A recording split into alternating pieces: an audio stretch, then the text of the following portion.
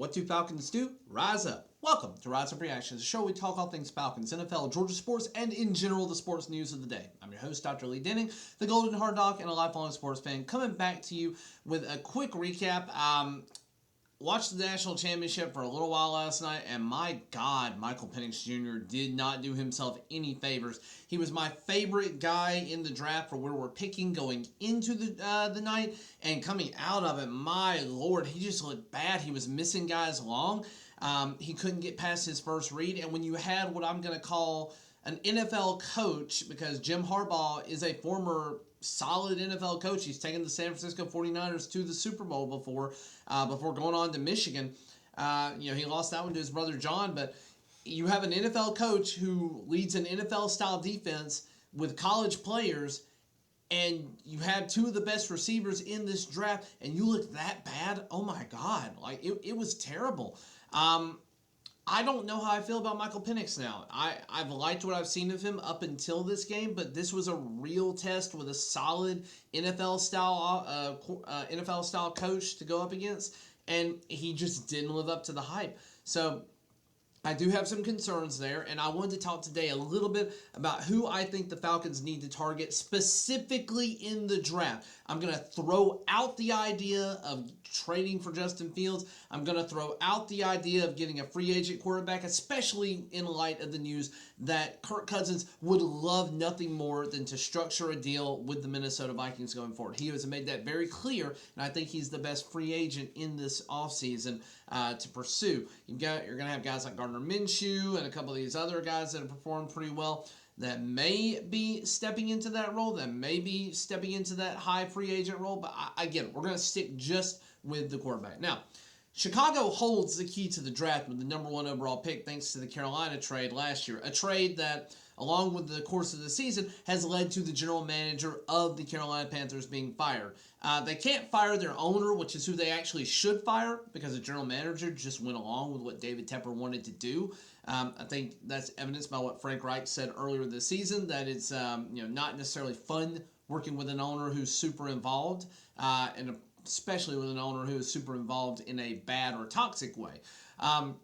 So David Tepper is definitely on the crap list for the NFL this year in terms of owners that probably need to look at selling their team and letting somebody else take the reins. That's not going to happen, though. It's an investment for the guy, and he's an investment guru or genius, so it's just not going to happen. But anyway, Chicago Bears, they hold the key to the draft. And Caleb Williams, for all intents and purposes, is the number 1 quarterback prospect in this draft. I don't think that's going to change. You might see a few things happen as we get closer to the draft, when we get through the combines.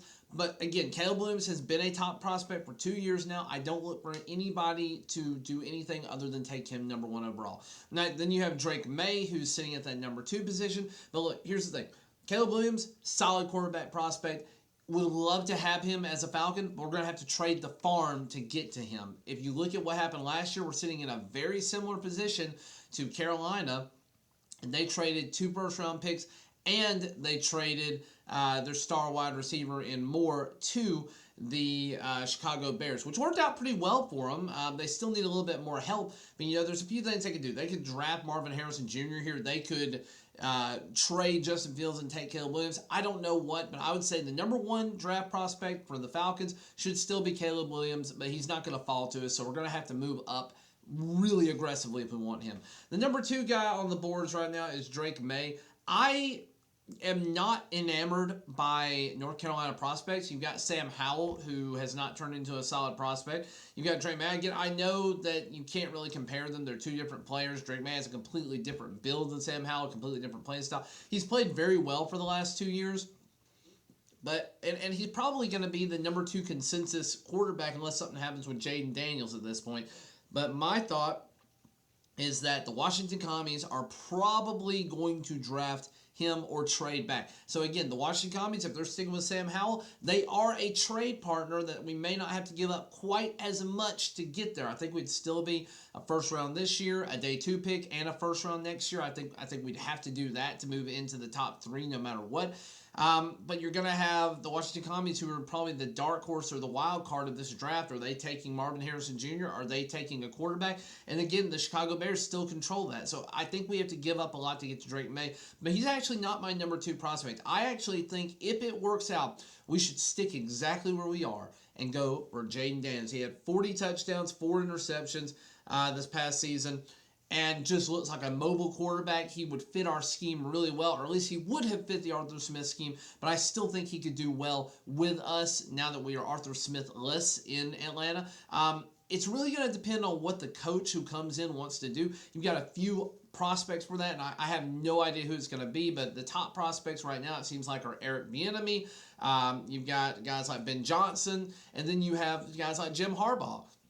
I do not want to have Bill Belichick, and it looks like he is not going to get fired after all, so it looks like he is going to stick around, but I do not want Bill Belichick. I think at 71 years old, he is getting along in the tooth. I want a younger coach. I want somebody who's going to be around and have some longevity here, and I want somebody who's got a little bit more offensive prowess to him. So any of those 3 options I think are solid, especially in light of last night with the national championship and knowing that Jim Harbaugh has taken teams to the Super Bowl before. I think you can get away with that. But Jayden Daniels, I think, will be a very, very solid quarterback for us. He was ranked number 1 per PFF in quarterback grading this past year in 2023. He's had solid grades the entire time. This is out of 306 eligible quarterbacks, so he's done really well. Looking at the PFF grades for Drake May this year, he was 16th out of 306, and Caleb Williams was 20th. But Caleb Williams was 20th, 5th, and 12th over the last 3 years, so pretty solid average. Drake May, again, he was 16th and 9th.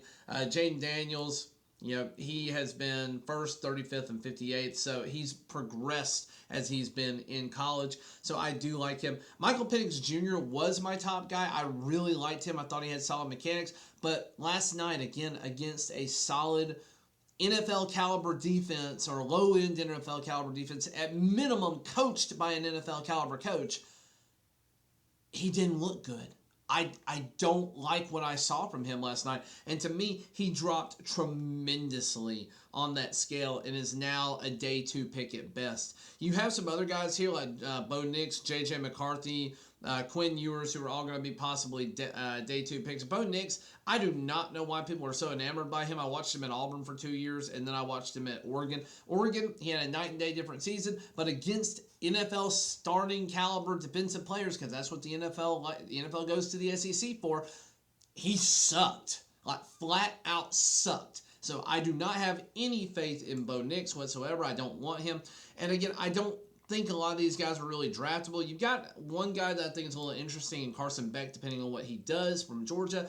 But again, he's probably a day 2, late day 2 guy at best right now. And we really need to go for a first-round draft pick in this draft. With quarterback. So that's my thought. So again, the ranking for me would be Caleb Williams, Jayden Daniels, Drake May, and I don't know that I would put anybody else on that list. I still like Michael Penix better than Bo Nix, but I might like Carson Beck better than Michael Penix at this point. So that's what I got for you. Thank you for watching, liking, sharing, and subscribing. We'll have a lot more videos coming out over the course of the next few weeks, especially leading up to the draft. We're going to talk about what the Falcons need to do in free agency as we get to that portion of time. We're going to be talking about free agent quarterbacks that we could be targeting in the near future. And we're going to be talking about, obviously, the head coach whenever that happens. I have zero insight onto that. I don't know who we should take. I do think we need somebody that probably has some head coaching experience. So honestly, my favorite right now would be Jim Harbaugh, but I just don't know. I think it is going to be a make or break situation for whoever goes there.